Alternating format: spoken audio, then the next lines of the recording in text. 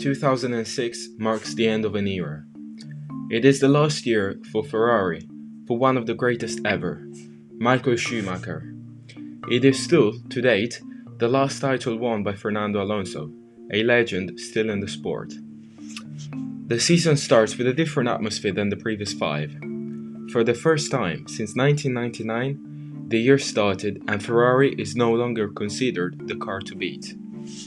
The reign of Michael Schumacher, who won 5 consecutive titles, and Ferrari, which won 6, was ended by 24-year-old Fernando Alonso, who stormed to the scene by dominating the championship the previous season. Alonso is the first Spanish champion in history, as well as the youngest ever able to win.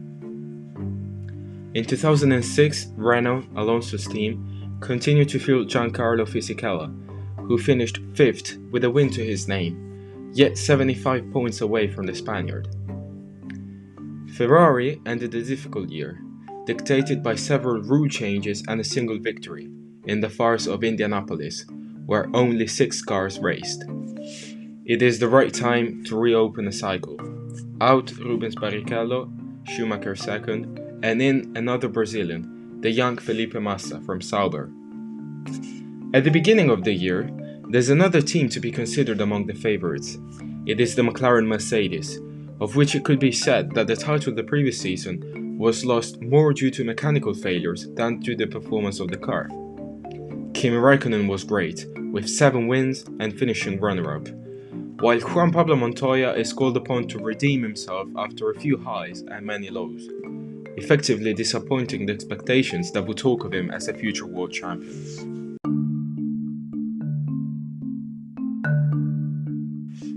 The season opens in Bahrain, and it is immediately Ferrari against Renault. The team from Maranello shows that in 2006 they mean serious business, and they show up by locking the front row with Schumacher on pole. Alonso's third. The Spaniard gets rid of Massa at the start, and then puts himself as the only chaser of the German when Felipe spins at turn 1, risking a rear-end collision against the Renault driver, who escaped for a matter of centimeters. Alonso chases, and when Schumacher enters for refueling, he manages to get a few seconds and get out in front of him when he stops, again for a few meters. It is a race of details, with a duel that enhances Alonso's skills. The Spaniard wins in what promises to be a duel between the new talent of Formula 1 and the old king. Räikkönen is third after starting from the back, but for McLaren it will be an isolated call. In Malaysia, the cards are reversed. Surprisingly, pole position is won by Fisichella, who retired in Bahrain. Alonso is 8th when a problem with the petrol system forces him to have too much weight on board. Schumacher would be 4th, but he has to change the engine and relegates to 14th. So, Fisichella flies away to victory, while Alonso, who with a super start had followed him, comes 2nd. Räikkönen is taken out on the first lap by Klien, while Schumacher is 6th. The championship is increasingly taking a turn for Renault in Australia. Alonso wins. Schumacher retires after a difficult race in which he hits the barrier. After 3 races, Alonso has 28 points, Fisichella and Räikkönen 14, Schumacher 11th. Ferrari have to respond, and Schumacher wins both the Imola and the Nürburgring, but the real problem is called Fernando Alonso. In fact, the Spaniard finishes 2nd on both occasions. Schumacher holds with strong nerves in both races, but it will be an effort almost in vain. In fact, the World Championship is almost exclusively in Alonso's name. The Spaniard wins at home in Barcelona, a track where Schumacher manages to get rid of Fisichella to finish right behind. Alonso also wins at Monaco, Silverstone and Montreal. After 9 races, he has 6 wins and 3 second places, 84 points out of 90. Schumacher lost a huge opportunity in Monaco. He was first with a few minutes to spare in Q3. But the German made a mistake at the Raskas and parked his car in the middle of the corner without touching the barriers. All the drivers behind are penalized and he keeps pole position. Alonso and the surprising Mark Webber complain, pointing the finger and saying he did it on purpose. After a long investigation, this is also the verdict of the marshals. Schumacher has to start last, next to his teammate Massa, and in the end he's only 5th. With 2 second places in the following races, we arrive in the summer with the following situation. Alonso 84, Schumacher 59. The Ferrari driver is the only rival. Fisichella and Massa are too inconsistent, and Raikkonen does not have a very performing car.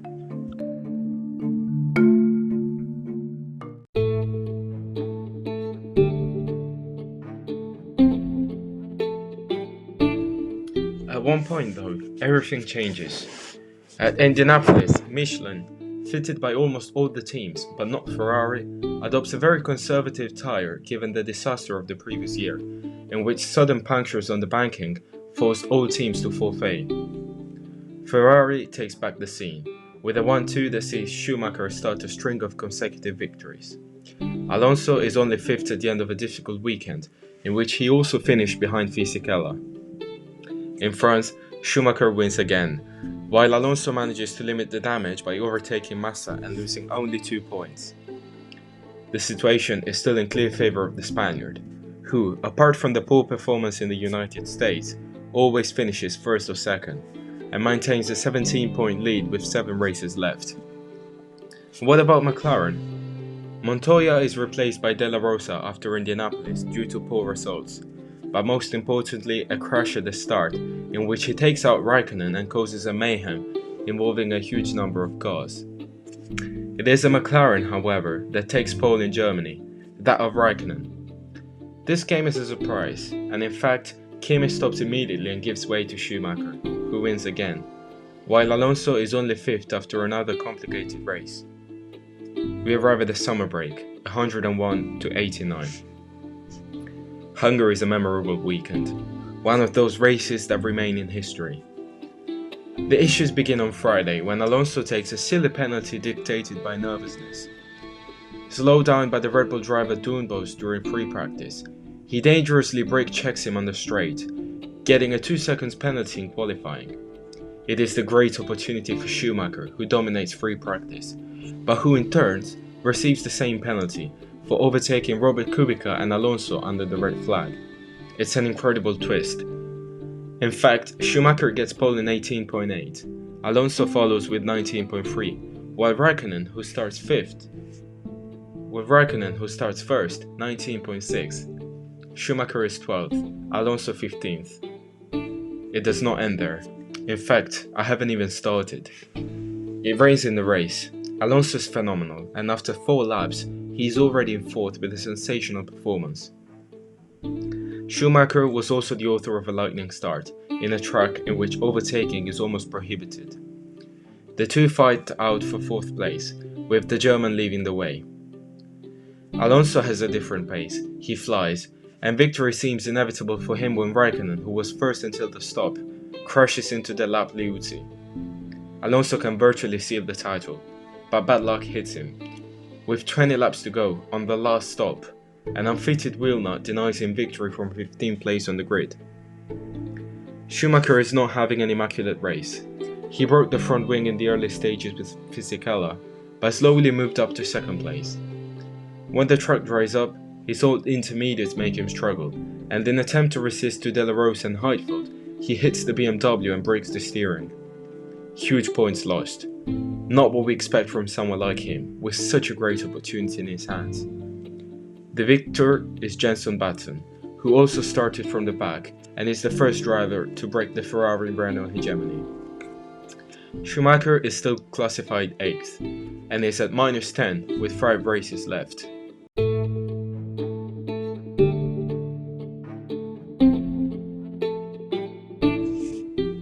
Turkey could be a golden opportunity, because Ferrari, as in many races up to now, is still the fastest car.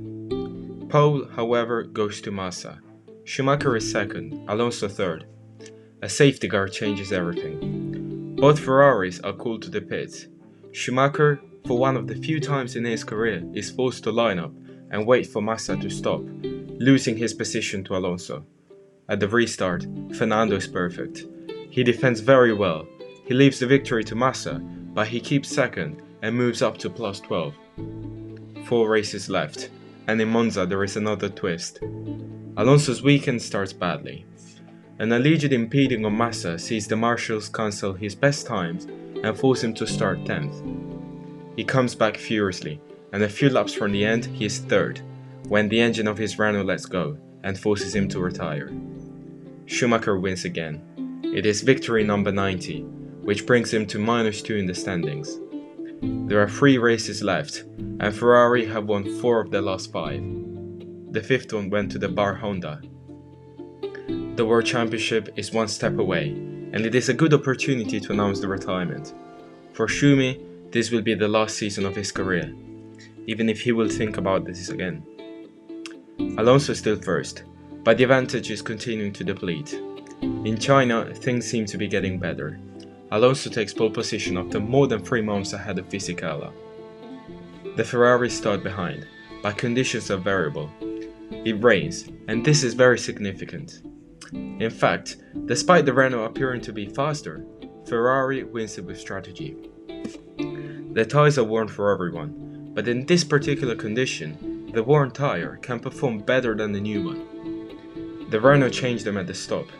The Ferrari continued with the old ones, and so, suddenly, Schumacher gains seconds over seconds on Fisichella and Alonso, who is incredibly struggling. Fisichella moves first, but Schumacher overtakes them both. At that point, Renault decide to swap back the drivers and let Alonso finish second. It ends up like this. Schumacher wins and is first in the standings. The two are tied on points, but the German now has more wins than Alonso, who hasn't won since the Canadian GP, 7 races ago.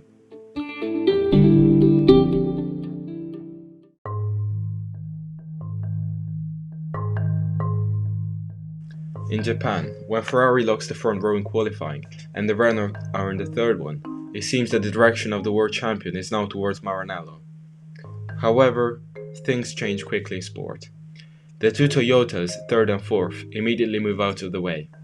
Alonso gets rid of Massa and chases Schumacher. With 16 laps to go, Alonso is a few seconds behind.